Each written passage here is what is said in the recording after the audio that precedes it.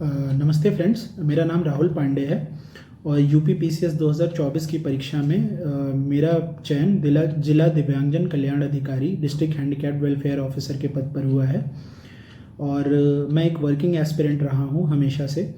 तो अभय भाई के चैनल के माध्यम से जो वर्किंग एस्पिरेंट्स हैं, मैं उनके लिए एक स्ट्रैटेजी शेयर करना चाहूँगा। स्ट्रैटेजी क्या, मैं अपनी जर्नी बताना चाहूँगा। अगर वो आपके साथ रेजोनेट करती है तो आप भी उन चीज़ों को फॉलो कर सकते हैं।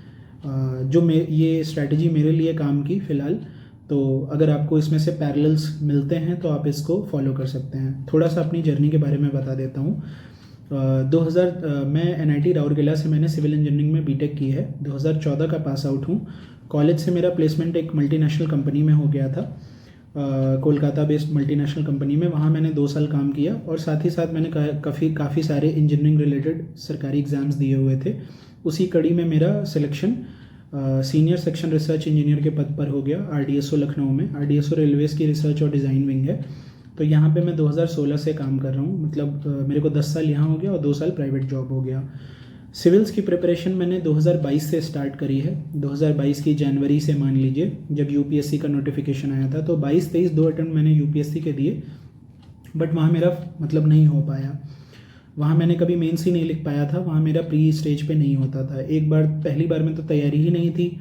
दूसरी बार में प्री का तैयार ठीक ठाक किया, बट मैंने सी सैट को टेकन फॉर ग्रांटेड ले लिया। मेरे को लगा मैं इंजीनियर हूँ और सी सैट बहुत ईजिली सेल थ्रू कर जाऊँगा, बट मैं सी सैट में फ़ेल हो गया। तो उसके बाद से फिर मैंने अपनी एनर्जी और अपना फोकस जो है यूपी पीसीएस की तरफ लगाया। तो यूपी पीसीएस 2024 जैसे कि जब था, तो सबसे पहले, क्योंकि मैं वर्किंग एस्पिरेंट हूँ, मैं सुबह 9 बजे ऑफिस जाता हूँ, शाम को मुझे घर आते आते 7 साढ़े 7 बज जाता है। तो और मतलब रात में वही 7 साढ़े 7 से लेके या 8 से लेके 1-1:30 बजे तक का टाइम रहता है मेरे पास पढ़ने का। उसमें थोड़े बहुत हाउस होल्ड वर्क्स भी करने रहते हैं, बिकॉज मैं अकेला ही रहता हूँ। तो उस तरीके से मैंने मतलब पढ़ाई चालू की।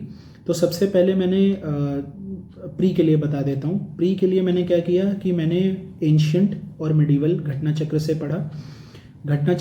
मैं पीडीएफ से पढ़ता हूँ। मेरे पास फिजिकल बुक्स बहुत कम मिलेंगी, तो मैं पीडीएफ में ही मैं अंडरलाइन कर लेता था कि एग्ज़ाम से पहले 1-2 बार अगर मैं उनको रिविजिट कर पाऊँ तो वेल एंड गुड। और जो मॉडर्न का पार्ट मैंने स्पेक्ट्रम से कर रखा था अच्छे से। यूपीएससी के लिए 2 बार कर रखा था। तो मैं उन्हीं को वापस से, जो मतलब उसमें मैंने बुक में अंडरलाइन कर रखा था, मैं उसको रिवाइज कर लेता। उसके बाद पॉलिटी आती है। पॉलिटी में एम लक्ष्मीकांत को मैंने होलिस्टिकली यूपीएससी के लिए पढ़ा हुआ था, तो एम लक्ष्मीकांत वहाँ से कवर हो जाती, मतलब पॉलिटी वहाँ से कवर हो जाती है। इकोनॉमिक्स के लिए मैंने क्या किया था कि इकोनॉमिक्स के लिए जब मैं यूपीएससी के लिए पढ़ रहा था, तो मैंने एक वाजीराम की एक बुकलेट आती थी। उस बुकलेट से जो स्टैटिक पोर्शन मैंने पढ़ा था, उसी में अंडरलाइन किया था। यूपी पीसीएस के लिए भी मैं उसी को रिवाइज किया। हालांकि यूपी पीसीएस में क्वेश्चंस का नेचर यूपीएससी से काफ़ी डिफरेंट है इकोनॉमिक्स में, तो यहाँ पे घटना चक्र सॉल्व करनी चाहिए। साइंस के लिए मैंने क्या किया था कि बायोलॉजी का पोर्शन मैंने कुछ घटना चक्र से और एक आईएएस पीसीएस पाठशाला के हैं, राहुल सर हैं, तो उनकी 1 लाइनर की पीडीएफ्स आती हैं सभी घटना चक्र की। तो मैंने साइंस का पोर्शन जो है, खासकर बायोलॉजी का पोर्शन जो है, वो वहाँ से कर लिया था। और एनवायरनमेंट भी वहीं से किया था 1 लाइनर से ही। बिकॉज 1 लाइनर से मैंने इसलिए किया, अगर आप स्टार्ट कर रहे हैं तो आप स्टैंडर्ड बुक्स पढ़ें, क्योंकि मैंने यूपीएससी के लिए थोड़ा बहुत पढ़ रखा था। जो स्टैंडर्ड बुक्स हैं, जैसे शंकर आईएएस को पढ़ा था। तो मैंने फिर सोचा कि यूपी पीसीएस के मैंने क्वेश्चंस देखे। यहाँ क्वेश्चंस का नेचर शंकर आईएएस में जैसा रहता है वैसा नहीं था, मतलब यूपीएससी में जैसा पूछते हैं वैसा नहीं था। तो यहाँ क्वेश्चंस इजी और फैक्चुअल होते हैं। कन्वेंशंस पे ज़्यादा क्वेश्चंस आते हैं, तो कन्वेंशंस वगैरह को मैंने 1 लाइनर से ही अच्छे से कवर कर लिया था। तो प्री का पोर्शन यहाँ से हो गया। हाँ, करंट बचा। करंट के लिए मैंने लास्ट मोमेंट स्ट्रैटेजी जो मेरी थी कि आई दृष्टि मैगज़ीन थी, आई दृष्टि मैगज़ीन को मैंने थोरोली पढ़ लिया था। 2 दिन लगे थे मेरे को, थोरोली उसमें पढ़ लिया था, उसी में अंडरलाइन कर लिया था। और एग्ज़ाम से पहले, जैसे कल एग्ज़ाम है, आज एक बार उसको रिवाइज़ कर लिया था। तो 2024 के प्रीलिम्स में मतलब डिसेंट स्कोर बन गया था। 89 नेट क्वेश्चन करेक्ट थे और लोग कह रहे थे 78-80 कट ऑफ जाएगा। तो ये पता चल गया था कि ठीक है, होना है। बट अब मेंस के लिए सोच में पड़ गया कि मेंस के लिए क्या किया जाए, कैसे क्या स्ट्रैटेजी चॉक आउट की जाए। क्योंकि टाइम भी कम था, 5-6 महीने में मेंस था, और कोई कभी मैंने मेंस की आंसर राइटिंग ही नहीं करी थी, ना मेंस का कुछ पढ़ा था। प्री के लिए जो पढ़ा था उस नॉलेज पे मेंस का नहीं लिखा जा सकता। तो फिर मैंने क्या किया कि सिलेबस का प्रिंट आउट लिया अपने ऑफिस से ही, और सिलेबस में जो भी पॉइंट्स हैं मोटे मोटे, जैसे GS1, मैं सबसे पहले क्या हुआ कि कई सारे ग्रुप से जुड़ गया प्री निकलने के बाद। उन ग्रुप्स में डेली आंसर राइटिंग होती। तो जैसे मान लो कि GS1 का भी आंसर राइटिंग का शेड्यूल किसी ग्रुप में चल रहा है, और पीयर रिव्यू पे चलता था सब, कि मैंने आंसर लिखा और मैंने सबमिट करा ग्रुप में, तो कोई भी बंदा जो है मेरे आंसर को पीयर रिव्यू कर देगा, मेरे को बता देगा कि मैं कहाँ कमी कर रहा हूँ, कैसे स्ट्रक्चरिंग में इशू आ रही है, क्या है। तो मैं पहले 1 महीने तक बस लोगों के आंसर्स देखते रहा कि कैसे लोग आंसर लिखते हैं। उससे मैं सीखता कि अच्छा ऐसे इंट्रो लिखा जाता है, ऐसे कंक्लूजन लिखा जाता है। फिर साथ ही साथ मैं UPSC टॉपर्स की भी कॉपीज़ को देखता, कंटेंट समझने के लिए, कैसे वो आंसर को स्ट्रक्चर करते हैं, कैसे जहाँ पे ज़रूरत है वहाँ मैप बनाते हैं या डायग्राम बनाते हैं। तो ऐसे स्टार्ट किया। तो सबसे पहले मैंने PYQ फोकस्ड अप्रोच रखी कि लोग जैसे GS1 स्टार्ट हुआ तो GS1 के लोगों ने PYQ, जैसे डेली किसी ग्रुप में 3 PYQ पढ़े GS1 के, या 4 PYQ पढ़े। तो मैं उन 4 पॉइंट्स को, मतलब उन 4 PYQs को घर आके एक बार पढ़ता, 1-1.5 घंटे लगा के मैं अलग अलग सोर्सेज से, ChatGPT से, और अलग अलग जैसे दृष्टि IAS की वेब पेज पे या नेक्स्ट IAS की वेब पेज पे उनको पढ़ता हॉलिस्टिकली। उसके बाद मैं बैठ के खुद से आंसर लिखने की कोशिश करता। मैं पहले उस समय टाइम उतना नहीं देखता कि कितने टाइम में लिख रहा हूँ, मतलब जैसे जनरली लोग कहते हैं कि 8 मार्कर्स को 7 मिनट में और 12 मार्कर्स को 10 मिनट में लिखना आना चाहिए। एग्ज़ाम के पॉइंट ऑफ व्यू से तो वही इंपॉर्टेंट है, क्योंकि वहाँ आपको 20 क्वेश्चन 3 घंटे में लिखने होंगे। बट मैं स्टार्टिंग में ये ऐसा नहीं करता था। स्टार्टिंग में जितना भी टाइम लगे, मान लीजिए मेरे को एक एक क्वेश्चन लिखने में 20-25 मिनट भी लगते थे, बट मैं सोच के कंटेंट, मतलब आंसर स्ट्रक्चरिंग पे मैंने काम किया। मार्च तक मेरा ऐसे ही चला। फिर अप्रैल में थोड़ा बहुत मैंने कंटेंट पढ़ना स्टार्ट किया, और फिर उसी समय मैंने ऑफिस से छुट्टी मांगी, तो ऑफिस से छुट्टी तो मिली नहीं, तो फिर मैंने मेडिकल का जुगाड़ लगाया। 2 महीने के लिए मैं ऑफिस से गायब हुआ मेडिकल लगा के। उन 2 महीनों में मैंने मतलब घंटे नहीं गिने और काफ़ी पढ़ाई करी।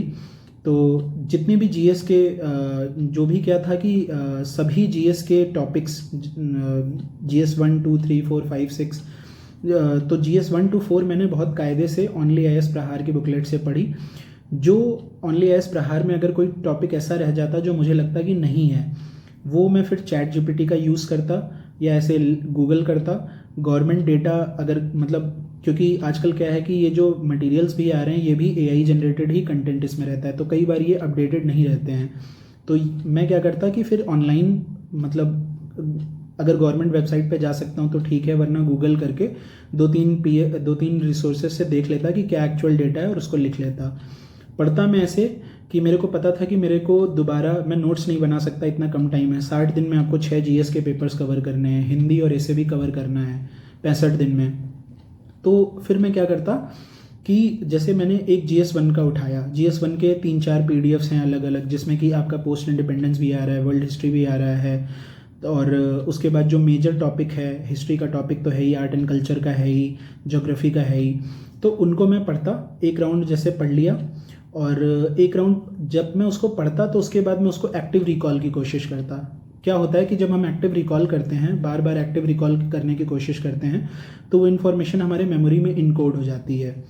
तो मैं ऐसे ही पढ़ता कि जैसे मैंने अभी GS1 का मान लो कोई टॉपिक पढ़ा, मान लो कि हड़प्पन सिविलाइजेशन के बारे में पढ़ा, और हड़प्पन सिविलाइजेशन का कंपैरिजन विज़ावी मान लो इजिप्शियन सिविलाइजेशन हो गई या मेसोपोटामियन सिविलाइजेशन हो गई, तो उसको पढ़ा।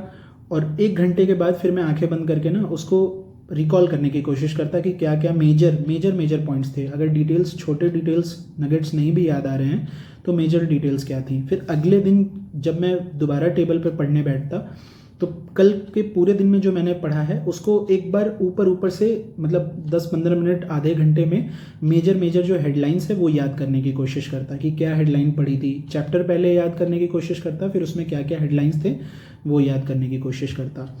तो ऐसे हुआ, और उसके बाद फिर मैंने इस बीच में मेरा आंसर राइटिंग बंद हो गया था। बट ऐसा होता कि जैसे GS1 मैंने 20 दिन में पढ़ी, फिर GS1 का एक टेस्ट लिखा, फिर GS1 का टेस्ट लिखा, मतलब देह का मैंने टेस्ट सीरीज़ ज्वाइन कर लिया था, लास्ट मोमेंट पे। हालांकि उनके सारे टेस्ट लिख नहीं पाया, उनके जितने भी 16 टेस्ट थे उसमें से मैं हार्डली 7-8 लिख पाया। तो आंसर लिखता, मतलब टेस्ट लिखता, टेस्ट को स्कैन करके भेजता, वो लोग मुझे को मतलब रिव्यूज़ देते, काफ़ी लेट रिव्यूज़ आते थे। बट इस बीच में मैं अपनी कॉपीज़ स्कैन करके अपने टेलीग्राम में बहुत सारे दोस्त बन गए थे। जैसे अनामिका मिश्रा मैम है, जिनकी ऑल इंडिया, जिनकी इस बार 4th रैंक आई है, एसडीएम पद पे चयन हुआ है उनका, वो उन्होंने काफ़ी हेल्प करी मेरी।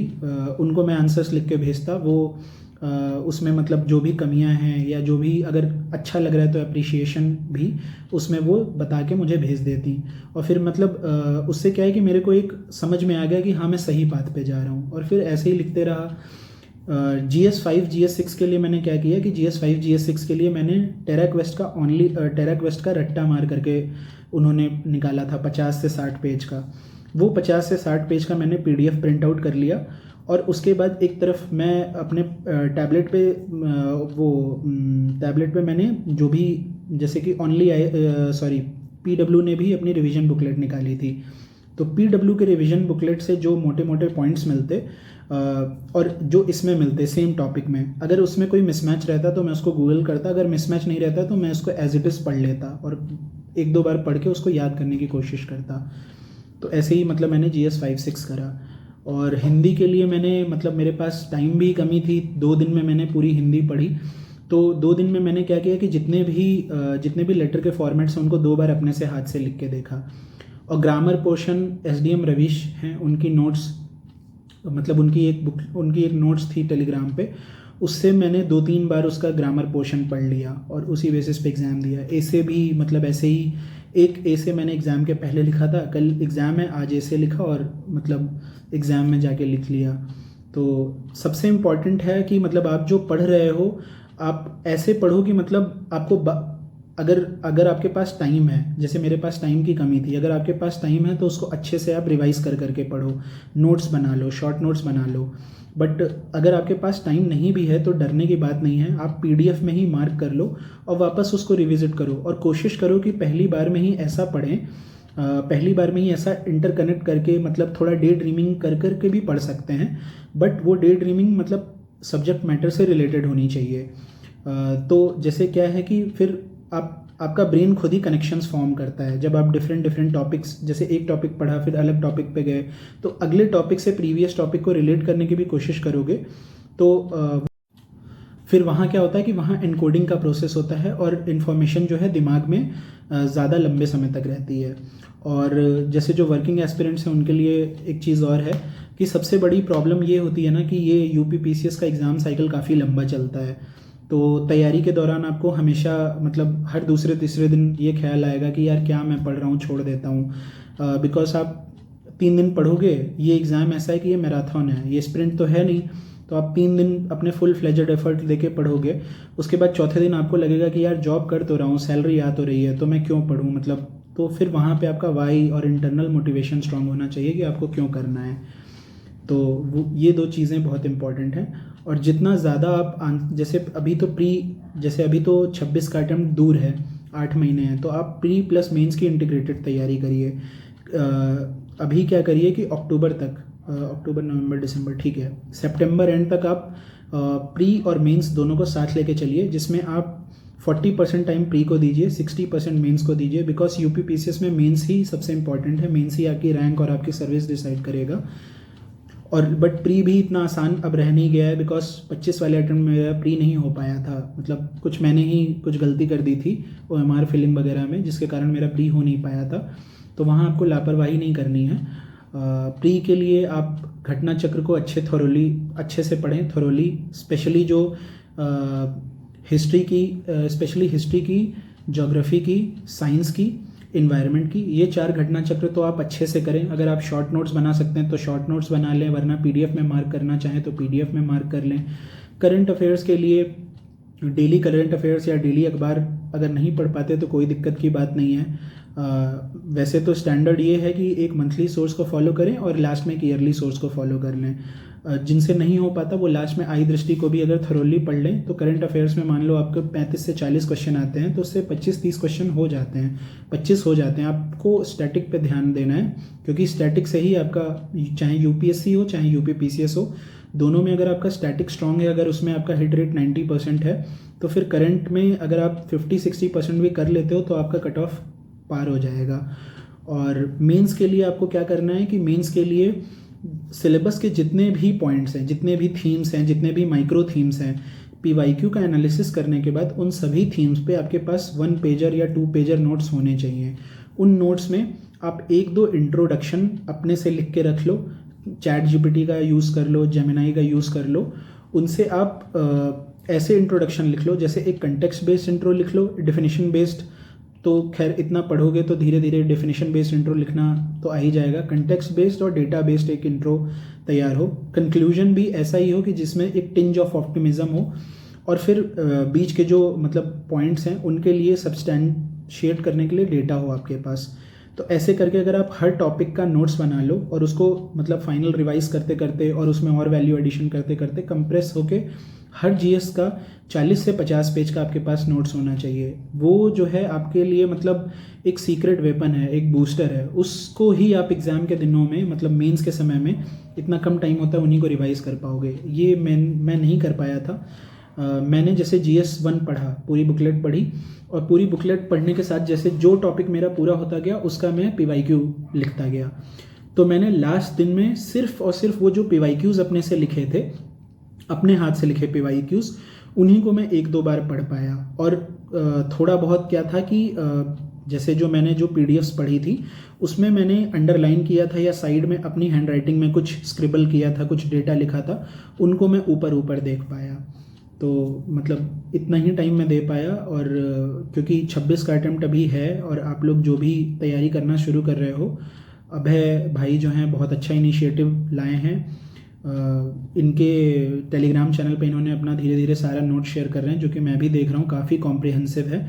उन नोट्स को आप पढ़ लो अच्छे से। उन नोट्स को पढ़ के अपनी अंडरस्टैंडिंग के हिसाब से उन्हीं पे माइक्रो नोट्स बना लो।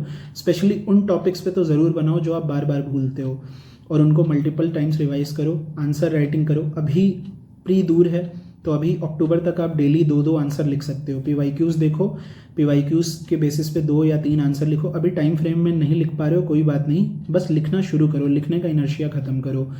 लिख के उसका मतलब स्कैन करके पीयर रिव्यू कराओ दोस्तों से। कोई कोचिंग, अगर महंगी कोचिंग नहीं ज्वाइन कर सकते कोई दिक्कत नहीं है, अपने दोस्तों से पीयर रिव्यू कराओ। प्री हो जाता है तो उसके बाद प्री और मेंस के बीच में जो गैप रहता है उसमें फिर आप जब अपने कंटेंट को एनरिच करोगे, बार बार रिवाइज करोगे, और फिर जब आप अपने आप को प्रेशराइज करोगे टाइम फ्रेम में लिखने का, तो तब चीज़ें होने लग जाती हैं। तब आपका टाइम मतलब 3 घंटे 15 मिनट, 3 घंटे 20 मिनट ऐसे में आप लिखना शुरू करोगे, और फिर वो मेन एग्जाम तक मतलब फाइनल D-Day तक जाते जाते आपका 3 घंटे से कम में ही आपका पेपर पूरा होने लग जाएगा, कंटेंट भी अच्छा होगा। तो मतलब ऐसे ही तैयारी करिए। और कोई भी डाउट्स हो तो हम लोग हैं, अभय भाई के चैनल से जुड़े हुए हैं, उसमें किसी को कोई भी डाउट हो तो मेरे को टैग करके पूछ सकता है। ठीक है, थैंक यू। 2026 के लिए ऑल द बेस्ट।